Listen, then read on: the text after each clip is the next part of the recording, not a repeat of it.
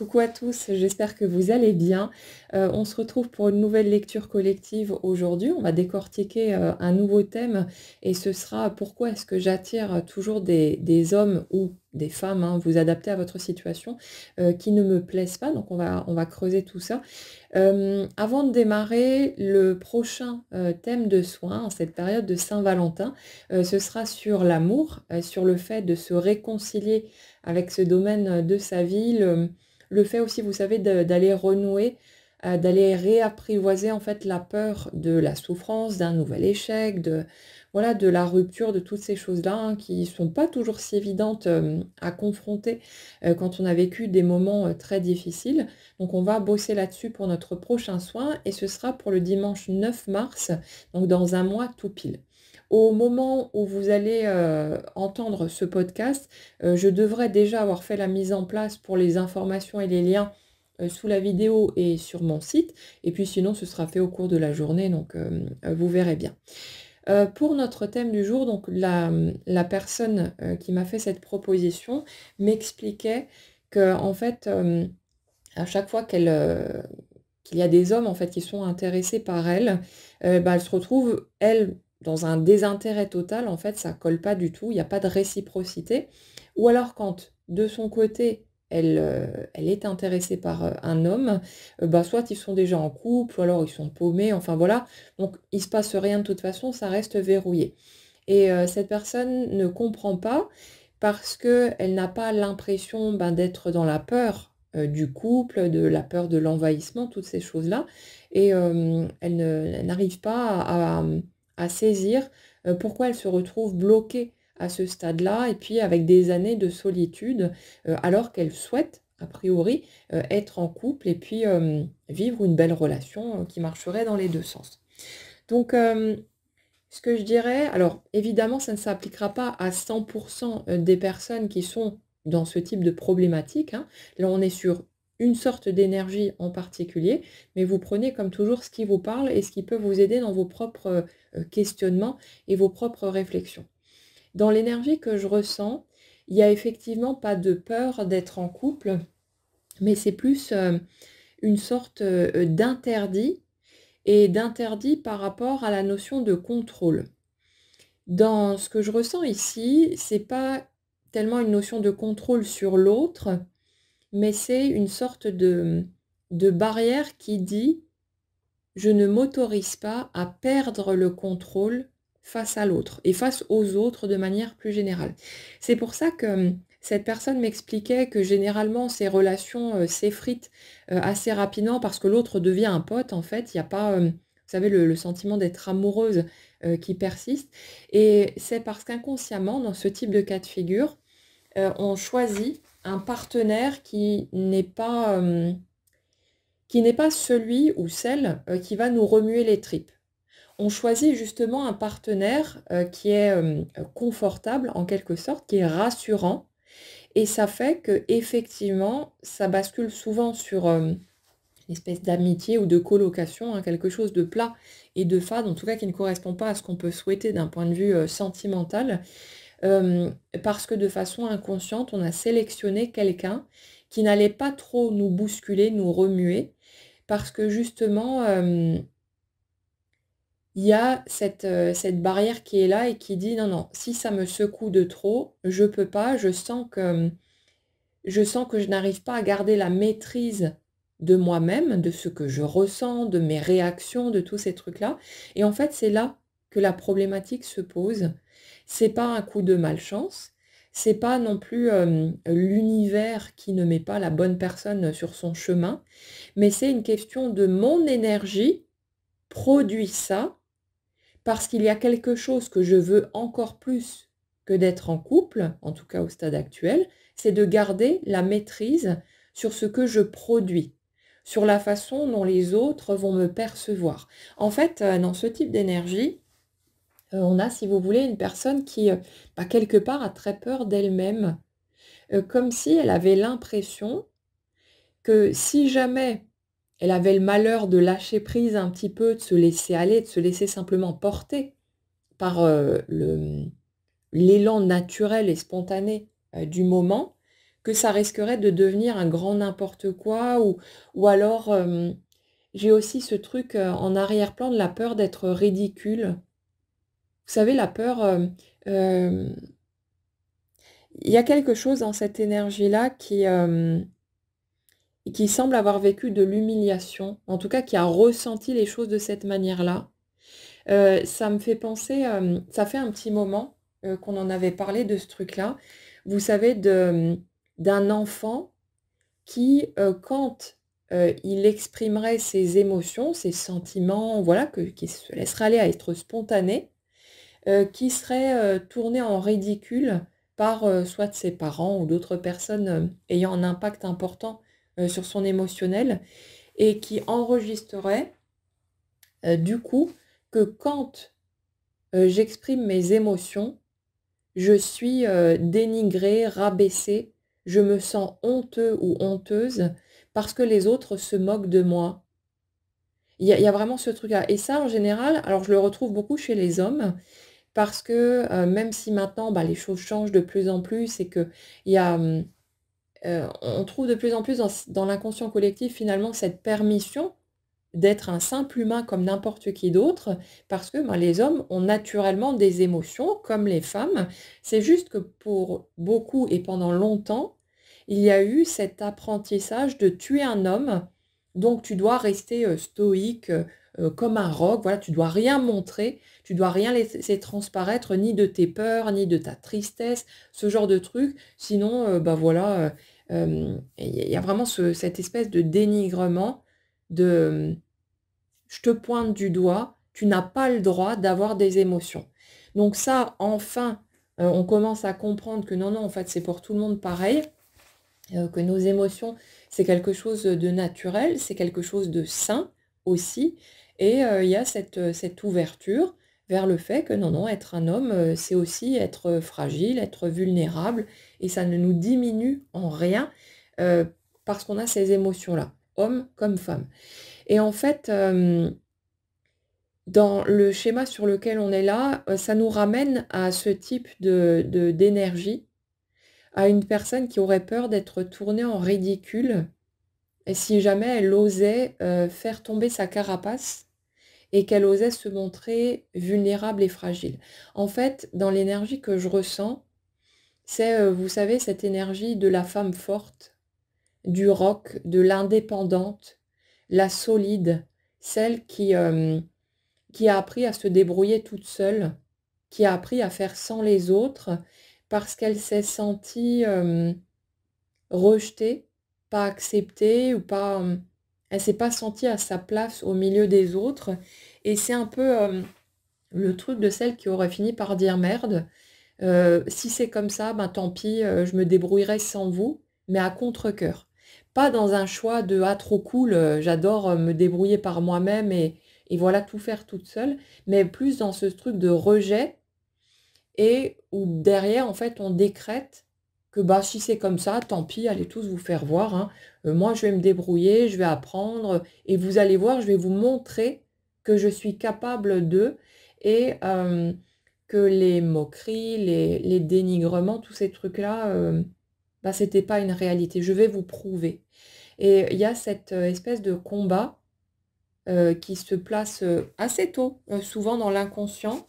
et qui nous fabrique des petites guerrières, qui finissent par grandir, mais qui restent toujours dans cette espèce de positionnement-là et dans ce type de schéma, il y a justement le même type d'injonction qu'on retrouve, chez ces hommes qui ont été, verrouillés dans leur émotionnel de, tu te dois d'être solide, d'être capable de rester debout quoi qu'il arrive, tu te dois de ne pas montrer ta peine, ta tes inquiétudes, tous ces trucs-là, de ne surtout pas, demander d'aide, mais ça, c'est vraiment une injonction qu'on pose soi-même, hein. Il y a ce truc de non, non, ne leur donne rien qui pourrait valider l'idée que tu n'es pas capable, que tu n'es pas à la hauteur, que tu n'es pas en mesure de faire les choses, de réussir par toi-même. Il y a ça derrière et là où ça pose, ben, un souci aussi, d'un point de vue sentimental, c'est que dans le couple, Heu, pour former un couple et qu'il y ait un vrai échange entre les 2, ben, on peut pas jouer au petit dictateur, moi je me démerde toute seule et puis voilà, j'ai pas besoin de l'autre. On a besoin d'accepter, de ressentir le besoin de l'autre. C'est pas une question de devenir, dépendant, accro, drogué à l'autre et de tomber ou de retomber dans de la dépendance affective. Là, c'est autre chose. C'est, l'autre, enrichit ma vie. J'aime la présence de l'autre dans mon quotidien ou voilà, même sans vivre forcément ensemble, hein, mais je suis heureux ou heureuse de la présence de l'autre dans ma vie, mais il y a besoin d'ouvrir la porte à ce truc-là. Parce que si on est verrouillé en mode, bah, que l'autre soit là ou pas, ça change rien, où est la notion de couple là-dedans? Vous voyez un peu le truc? Il y a pas de partage, il y a juste un verrou. L'autre n'est pas une espèce de décoration, qu'on va sortir du placard, voilà, quand on a envie de discuter un petit peu ou d'échanger avec l'autre, de partager, et puis qu'on va laisser, prendre la poussière ensuite. Il y a toute cette problématique-là et le truc, c'est que pour en tout cas dans l'énergie sur laquelle on est aujourd'hui, pour qu'il y ait cette dynamique, en fait, de ressentir la joie d'être en présence de l'autre, d'avoir le cœur qui cogne, de ressentir du désir, toutes ces choses-là, ben, on a besoin d'accepter de, se confronter aux personnes qui nous bousculent, qui nous remuent les tripes, qui nous mettent, voilà, qui font cogner le palpitant, à fond. Ce qu'on peut avoir, vécu justement dans ces rencontres marquantes dont on parle souvent ici, mais il y a ça, hem,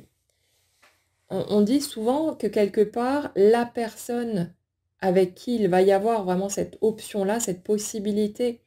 de d'aller trouver ce lien qui nous remue les tripes, c'est quelque part la personne qui va le plus nous faire peur. Une personne avec qui c'est naturellement tranquille, avec qui on se sent confortable de suite, généralement, à moins de vouloir faire de la colocation, c'est pas dans cette direction-là qu'on va pouvoir trouver le genre de couple, qui va nous permettre de poser quelque chose de profond et de construire comme on peut le souhaiter. Et justement, ça fait que, bah, on va dans des impasses, comme cette personne qui a l'impression que ça s'affadit assez rapidement, que voilà, on retombe toujours dans les mêmes schémas et au bout d'un moment, bah, on n'est plus intéressé, on n'a plus envie d'avancer avec l'autre parce qu'on se sent plus, amoureux ou amoureuse de notre partenaire. Mais c'est une question de, heu, entre guillemets, «mauvais choix», inconscient évidemment, mais le choix fait à ce moment-là était le seul choix qu'on pouvait faire parce qu'il y avait encore des peurs, des interdits et machin et tout et voilà. Hem, Comme d'habitude, ce blocage, qu'on peut ressentir, bon, il n'en est pas réellement un, c'est juste que le cheminement est long et puis qu'on a l'impression de tourner en rond, mais c'est pas pour autant que rien ne bouge et que rien n'avance. C'est simplement que justement, il y a besoin de traverser ces étapes de désert affectif, de voilà, de stagnation, parce que pendant ce temps, on vit plein d'autres choses à différents niveaux. On va de toute façon, vivre des situations qui vont nous permettre d'aller guérir nos blessures, d'aller rencontrer toutes sortes de parts de nous et de petit à petit, pouvoir se préparer à se confronter à quelque chose d'un peu plus remuant. Ça ne veut pas dire que forcément ça va être, la décharge électrique qui nous tombe dessus tout de suite, ça va être différent pour chacun, mais il y a ça et le truc c'est que, on cherche toujours un moyen de forcer le passage avec le mental et ça on en parle souvent, en croyant qu'il faut comprendre quelque chose, avoir un déclic, une prise de conscience, consciemment, sous peine de voir la situation rester figée et on ne sait pas pendant combien de temps. Mais en fait, ne vous inquiétez pas parce que la souffrance que vous allez ressentir au bout d'un moment, à voir votre vie stagner et tourner en rond et reproduire toujours les mêmes schémas, va tout naturellement déclencher chez vous le désir, qu'il soit conscient ou pas, de remettre, la machine en route et de voir quelque chose de différent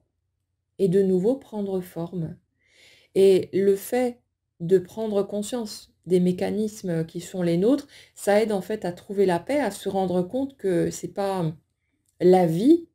qui nous emmerde gratuitement, que c'est pas une punition, c'est pas une privation, c'est pas un sale coup du destin ou je sais pas quoi, mais c'est juste que notre énergie a produit ce type de résultat ou de non-résultat, parce qu'à ce moment-là, on n'était pas prêt à franchir un cap. Donc, pour en revenir sur l'élément de départ, en fait, le point central, je ressens vraiment de la difficulté, en tout cas pour le moment, dans cette énergie-là, de lâcher le contrôle sur soi-même. Et il y a encore cette peur, du ridicule, cette peur d'être, ouais, d'être tourné en dérision, d'être pointé du doigt. Comme si on avait quelqu'un, qui craignait de se retrouver dans une rencontre, voilà, où ça matcherait, réciproquement, où la voie serait libre, hein, pour vivre ce qui a envie d'être vécu et où, quand cette femme, commencerait à ouvrir son cœur, à voilà, à montrer sa vulnérabilité, à être simplement elle-même dans toutes ses facettes, que l'autre subitement se mette à rire, à se moquer d'elle et à lui dire: «Non mais attends, tu ridicule, qu'est-ce que tu fais?» Il y a vraiment cette crainte, mais c'est un truc vraiment dans les tripes, hein, c'est viscéral, hem, dans ce que je ressens là. C'est pas, une peur de surface, c'est quelque chose qui, il y a dû avoir sans doute un certain nombre, hein, d'épisodes, de situations comme celle-ci, ben, qui ont été vécues dans l'enfance et après, où, c'est comme un traumatisme, en fait et pour moi, il y a quelque chose qui n'a pas été vu, qui n'a pas encore été pleuré par rapport à ça. Mais il y a aussi ce sentiment de légitimité quelque part à récupérer, de voir que dans ces situations, où on s'est retrouvé, pointé du doigt ou moqué par d'autres, c'est pas parce que notre, vulnérabilité, notre fragilité ou l'expression de nos émotions est réellement ridicule, mais c'est parce que la personne en face avait un problème avec ça, n'était pas confortable, était en train de rabaisser l'autre ou de le dénigrer parce qu'elle-même ne s'autorise pas à aller toucher cet endroit-là et c'est le problème ne vient pas de son positionnement et de son émotion qui serait, déplacée ou je sais pas quoi, mais de la façon dont c'est perçu. Évidemment, quand on se retrouve face à ce type de schéma, c'est généralement qu'on a absorbé, des croyances, des les énergies ambiantes aussi, hein, quand on est gosse, on absorbe tout ce qu'il y a autour de nous, tout ce qui traîne dans l'air en gros et on voit ça se produire, bah, parce qu'on a absorbé, quelque chose qui dit que c'est pas bien, que c'est ridicule, que ça se fait pas, que c'est pas approprié, que c'est pas conforme et cetera et certainement, si on regarde l'entourage, familial, le cocon de base, on va se rendre compte que nos parents ou nos grands-parents, peu importe, les gens qui ont impacté, notre chemin, ben, n'étaient pas à l'aise avec leur émotionnel et peut-être que certains ont choisi de tourner ça en ridicule parce qu'il y avait un gros interdit chez eux et que, ces personnes-là n'ont peut-être jamais, eu le courage de verser les larmes qu'ils auraient besoin de verser, d'oser, s'effondrer et on retrouve souvent ça chez, la génération de nos grands-parents, ceux qui ont vécu la guerre en fait, parce que pour beaucoup de personnes, ils ont tellement, retenu leur émotionnel en pensant que s'ils commençaient à lâcher le truc, ils allaient se noyer complètement dedans et qu'ils n'arriveraient plus jamais à s'arrêter, que, bah, forcément ça laisse des traces et en tant qu'enfant, on met du temps à être capable de remettre en question le mode de fonctionnement, de nos parents et des générations du dessus. Et pour, certaines générations, il y a carrément pas cette démarche du tout. Nous, on a tendance à le faire naturellement aujourd'hui parce qu'on a, un tel, confort dans notre vie quotidienne. On n'est pas exposé, enfin, on ne vit pas dans un contexte de guerre, de choses comme ça. On est quand même dans un environnement qui est plutôt sécurisant. Après, on sait comment est la vie, on sait que voilà, il se passe pas forcément des choses très sympathiques non plus, mais globalement, on a un degré de sécurité qui est beaucoup plus fort que celui des générations du dessus, et ça fait qu'on peut se permettre d'aller questionner nos modes de fonctionnement, de se pencher sur notre bien-être, sur, tous ces trucs-là, parce qu'on n'a plus à s'occuper des questions de survie. Alors que quelques générations au-dessus, c'était ça la principale occupation, c'était rester en vie. Le reste, s'occuper de: «Ah tiens, j'ai un petit blocage là, j'ai ça qui va pas dans ma vie», c'était totalement accessoire et généralement hors sujet. Parce que le principal, c'était de rester en vie, d'avoir, assez de nourriture pour, donner à manger à ses gosses, pour avoir un toit sur la tête, enfin voilà le minimum syndical, pour avoir une vie, décente et pouvoir éviter, les obus, les bombardements et tous ces trucs-là. Donc, c'était pas du tout le même délire, mais forcément, les générations d'en dessous vont absorber les schémas des parents, mais n'ont pas nécessairement ce réflexe d'aller le remettre en question, puisque on part du principe, quand on est gosse, on n'y réfléchit même pas, que nos parents ont forcément raison, forcément les voilà, le bon positionnement, le bon réflexe. C'est pas, à aucun moment quand on est gamin, on se dit: «Tiens, est-ce que, mon père ou ma mère, voit la vie de la bonne façon? Est-ce qu'il ou elle, a raison en fait de me dire que ceci, que cela?» C'est pas on fait confiance naturellement, on absorbe, tout cuit, ce qui nous est transmis, consciemment ou inconsciemment, hein. Ça n'a pas forcément besoin d'être exprimé par la parole. L'énergie véhicule les choses, naturellement, on absorbe tout ça comme des éponges et maintenant, nos générations, ont tendance naturellement à remettre tout ça en question. On voit les incohérences, on voit les trucs en fait qui ne sont plus applicables,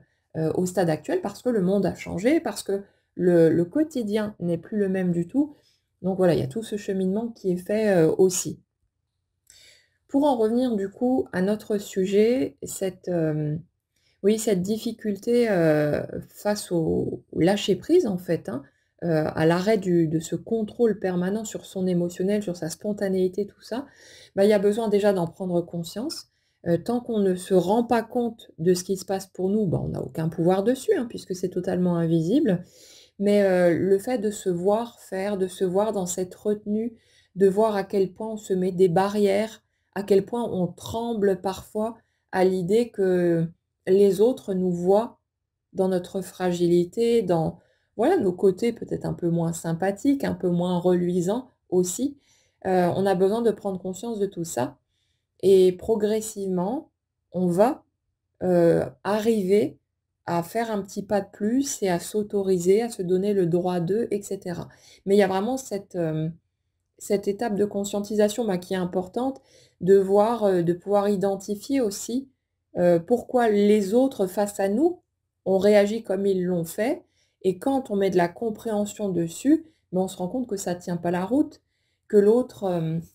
n'était pas en train d'exprimer quelque chose de vrai, une espèce de vérité absolue, mais était en train de réagir face à ses propres interdits, face à ses propres peurs aussi et que, bah, voilà, ce qui a été, transmis, la façon dont nos émotions étaient perçues, n'était pas posé sur un socle, authentique, mais sur tout un tas d'autres mécanismes qu'on ne pouvait pas percevoir à ce moment-là. Ce qui se passe quand on est gosse, c'est qu'on prend tout, en mode brut, hein. Il y a pas ce filtre qu'on peut poser après quand on est adulte, quand on a fait un petit bout de chemin et que, voilà, on a commencé à remettre les choses en question. Mais quand on est gosse, on prend tout au premier degré et donc quand, on voit un ou plusieurs adultes qui, nous dénigrent ou nous rabaissent ou nous ridiculisent quand on exprime une émotion, ben, on enregistre forcément et à travers la répétition que, exprimer une émotion, c'est mal, c'est pas bien, c'est pas beau, c'est pas acceptable et on grandit, autour de ce schéma-là. Donc on met du temps à arriver à s'en sortir, mais quelque part, c'est grâce aux blocages, aux difficultés qu'on rencontre et donc dans le cas de figure sur lequel on est là, à l'absence de rencontres, où ça match de part et d'autre, c'est grâce à ça qu'on commence à se poser des questions, qu'on va chercher des réponses. Et là, ça se fait par ce biais-là, mais ça pourrait se faire par n'importe quel autre biais. Mais on va s'interroger, on va regarder qu'est-ce qui se passe chez moi, comment ça se fait que ce schéma se reproduit en boucle. Et là, on va mettre le doigt sur les éléments dont on a besoin de prendre conscience pour que le mouvement se fasse. Mais le mouvement se fait de toute façon. Ça passe par une voie ou pour une autre. La vie est suffisamment intelligente pour ça. Elle nous trouve toujours un chemin pour nous donner la possibilité de sortir de nos boucles, hein. C'est juste que bah, c'est sûr que c'est pénible, c'est parfois long, mais les choses bougent d'une manière ou d'une autre, donc essayez de vous rassurer par rapport à ça. Donc dans un cas de figure comme celui-ci, ben, on va avoir besoin de se voir en situation et de remarquer aussi à quel point on peut avoir tendance à automatiquement prendre la fuite dès que quelqu'un vient remuer un petit peu trop notre émotionnel. Et ce qui pourrait éventuellement être intéressant, quand on se sent prêt pour ça, c'est que la prochaine fois, au lieu d'esquiver l'autre en disant: «Non, non, cette personne, elle me met mal à l'aise, c'est sûrement quelqu'un de toxique» ou ce genre de choses, alors que généralement c'est pas nécessairement ça. Mais, on pourrait tout simplement oser,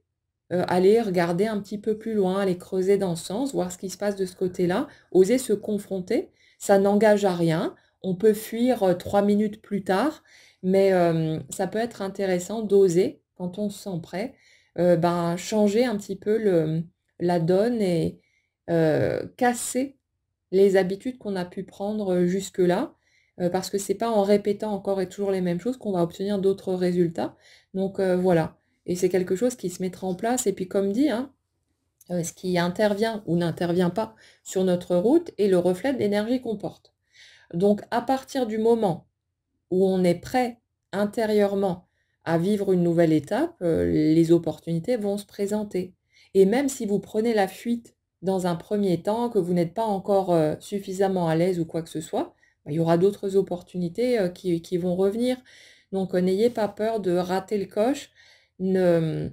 ne soyez pas dans le forcing vis-à-vis de vous-même, à croire que si j'y vais pas maintenant, je risque de plus jamais pouvoir y aller. Non, non, vous inquiétez pas, chacun va à son rythme, chacun avance, un petit pas à la fois et les choses se mettent en place de toute façon, mais notre énergie dicte, le chemin, c'est elle qui mène la danse et l'extérieur ne fait que suivre cette énergie, obéit au doigt et à l'œil de cette énergie qu'on porte et qui est nous, hein, c'est pas un truc extérieur à nous, une espèce de puissance supérieure qui décide, à la place de notre humain conscient. C'est juste que l'humain conscient est souvent en train de se raconter des conneries, de ne pas forcément voir non plus, ce qui est en train de se jouer, c'est pas si évident que ça, mais en même temps, on en a besoin pour pouvoir, traverser les étapes, sans voir les coulisses, parce que sinon ça n'aurait pas la même efficacité, le même impact et tout se goupille vraiment parfaitement bien, même si c'est pas toujours de la manière qui nous arrange le plus. Donc voilà pour ce sujet-là, j'espère que, ça vous permettra peut-être d'avoir des clés supplémentaires. N'hésitez pas, pour ceux qui le souhaitent, à proposer, vos problématiques, en m'écrivant à contact@lorzanella.com, en précisant qu'il s'agit d'une proposition pour YouTube et ça nous permettra, quand les sujets sont adaptés, de pouvoir les creuser, dans d'autres lectures. Passez en tout cas une très belle journée, prenez bien soin de vous et on se retrouve bientôt.